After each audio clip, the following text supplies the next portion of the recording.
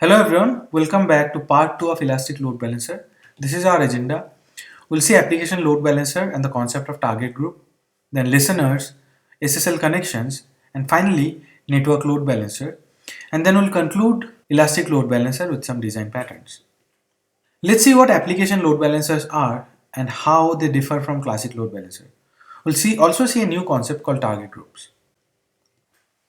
Application load balancer functions at application layer or layer 7 of OSI model. It sends out requests to target groups instead of EC2 instances. In classic load balancer, we had sent requests going to EC2 instances directly. But here, traffic are sent out to target groups, which contains a set of EC2 instances, also called targets. It uses round robin algorithm. In case of CLB or classic load balancer, requests are sent to EC2 instances with smallest load. In case of application load balancer, round robin is used. Application load balancer supports only HTTP and HTTPS protocols. CLB supports two additional protocols, TCP and SSL, which are not there in application load balancer. Target group contains a set of EC2 instances. Requests are routed to target groups instead of EC2 instances. Health check setup is done on per target group basis. We have the same components here as well, like listeners and health checks, but in application load balancer, health check setup is done at target group level.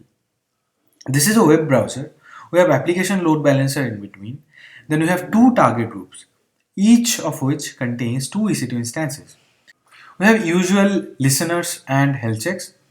Requests come to the listeners and then sent to the target groups, which in turn distributes the traffic to EC2 instances. Let's see how health check works. As I mentioned earlier, health checks are configured at target group level. So instead of one, there will be two health checks here, one per target group. Each will check health of EC2 instances in a single target group. Let's see all this in action using a demo. We'll create two target groups, ALB TG1 and TG2. We'll do the health check settings per target group basis. I'm not going to discuss the health check as we already know what these things are. We'll spin up 4 instances in 2 AZs, US East 1A and US East 1C. We'll be using the existing subnets which we created in our CLB demo. As usual, we'll start basic Apache service on all the instances created above and we'll register 2 instances in each of the target groups. Private 1A1, private 1C1 would belong to target group ALBTG1, private 1A2 and private 1C2 would belong to ALBTG2. This time, we'll create target group instead of creating load balancers. Click on target groups and then click on create target group. Give it a name and in protocol it can be HTTP, HTTPS or TCP. So we'll be using HTTP as of now. We'll not change the port. Target type can be instance of IP address. You can mention or you can put IP address also. It should be the private IP addresses. But in our case, we'll choose instance. In the VPC, we'll mention our VPC which we created for this demo. Health check settings would be similar. In the protocol, you can mention either HTTP or HTTPS, and in path, you mention the path. In our case, it would be index.html. And in advanced, this is healthy threshold, unhealthy threshold, timeout, interval, and success code. So in case of port, it would consider the default port for HTTP, which is 80. If you are running your HTTP application on any other port, you can override it, clicking this one and mentioning the port number. I have kept the healthy threshold as 2, unhealthy threshold as 2 as well. Timeout, interval, you know all these things are. And here we have success codes. 200 is the success code for HTTP protocol. So I'll keep success code as 200. And then go ahead and click on create. Let us go ahead and create the second target group, which is ALBTG2.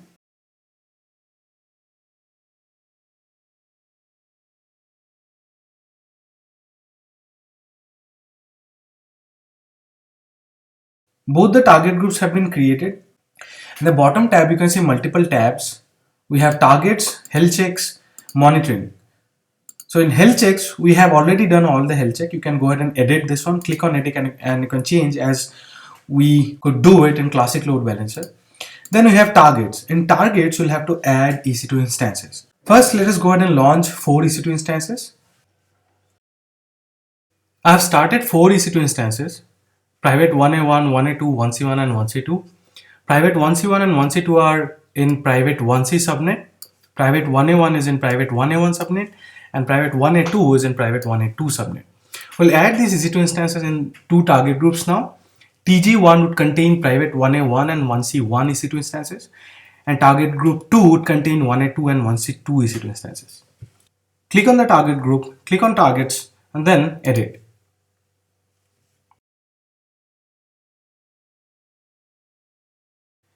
Add private 1A1 and 1C1 to the registered EC2 instances, and then click on save. Although I have added the EC2 instances in the target group, the status is showing as unused. The reason because the target groups have not been added to the load balancers. We have not created any application load balancer yet. So we'll have to create application load balancer, add these target groups to that application load balancer. Then the status would change. I'll add the other two EC2 instances in the second target group.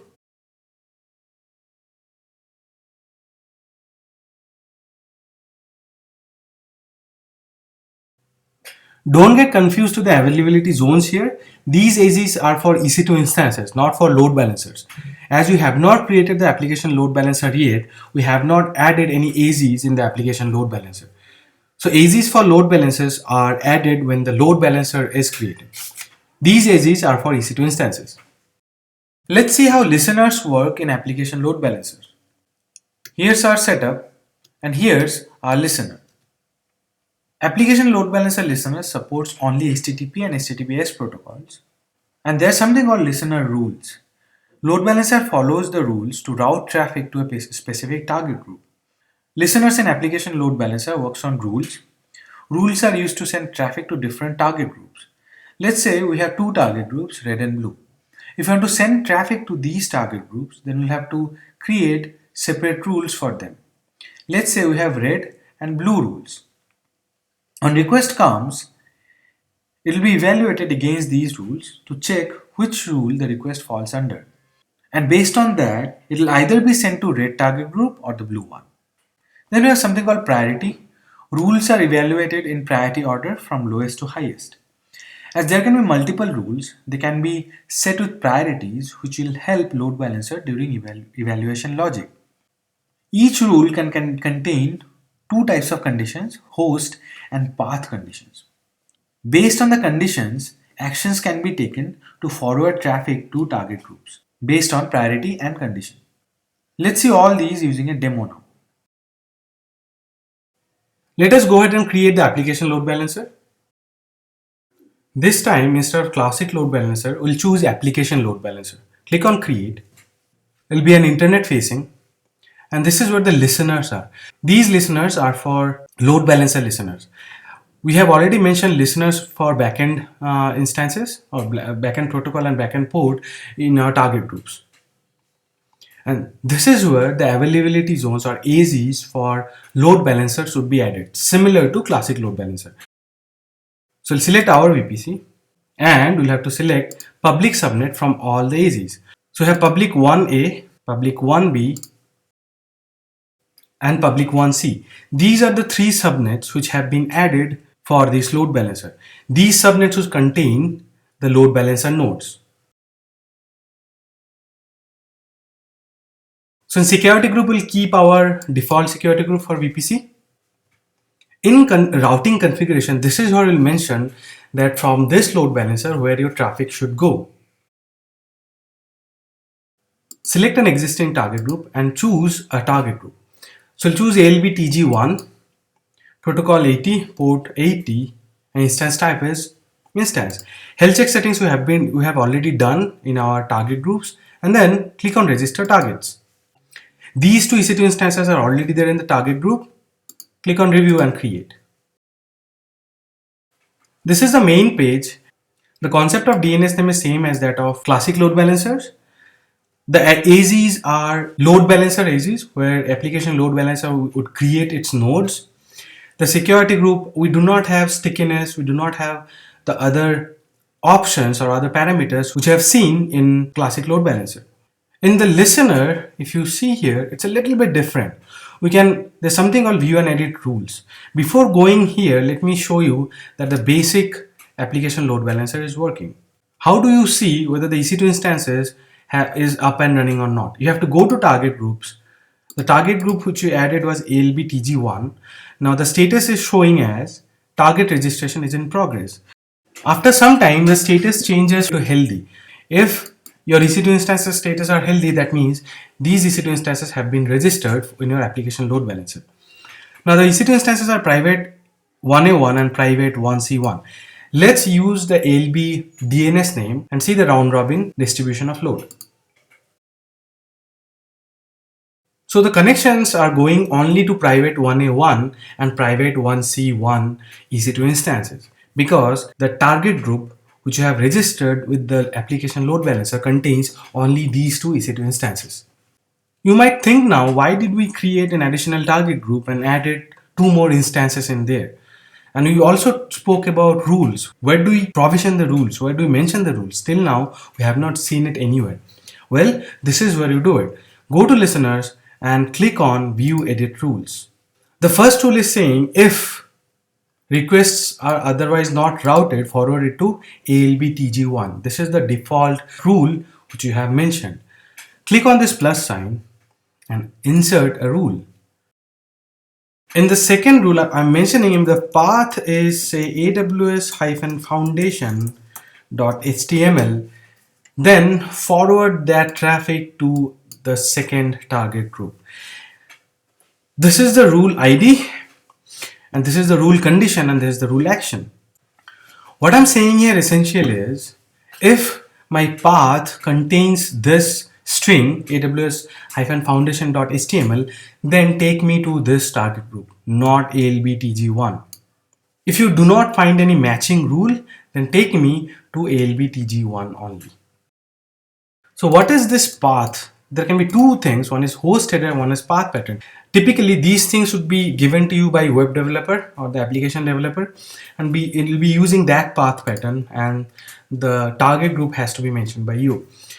Now, this path pattern means that this is my load balancer DNS name, and I'll add this path at the end. When I do not use this additional string, it takes me to ALBTG1, which has private 1C1 and private 1A1 EC2 instances. What I'm saying here is if I add this string, it should take me to another target group. So you can think of application load balancer as message router also, because it checks your URL, what things are there, what strings are there in your URL, and based on your URL string, it evaluates against the rules, and then it forwards your traffic to a set of instances which belong to a single target group.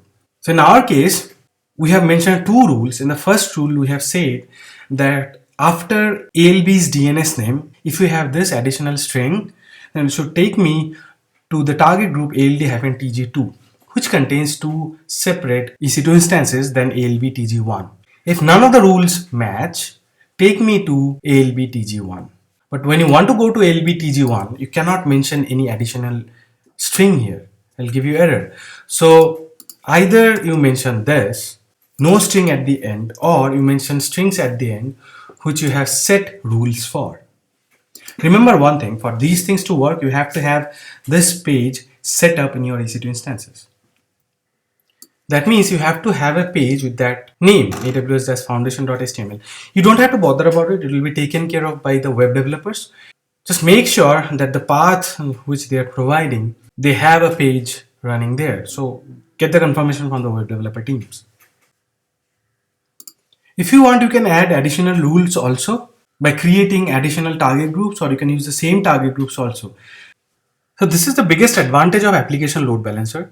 Based on your path pattern or host header, you can route your request to a different set of EC2 instances, even though they can be from same applications. For example, suppose I'm using Amazon Retail. If I type amazon.com, it takes me to this home page. So this home page might be hosted on a set of EC2 instances. Now, if I click on, say, movies and TV, it takes me to a separate page. This is the page. So this is the additional string which have been added to the path. So this page with this additional string might be being hosted on different set of EC2 instances or different target group. If you click on toys and games, it takes me to a different page. The string changes. Amazon might be hosting this page on a separate set of EC2 instances or on a separate target group altogether. So if you see, the application is same, it's Amazon retail, but based on your URL path, you can store or you can host your single section of the entire application on a different set of EC2 instances also. This is very advantageous if your application is pretty big, just like in the case of Amazon retail.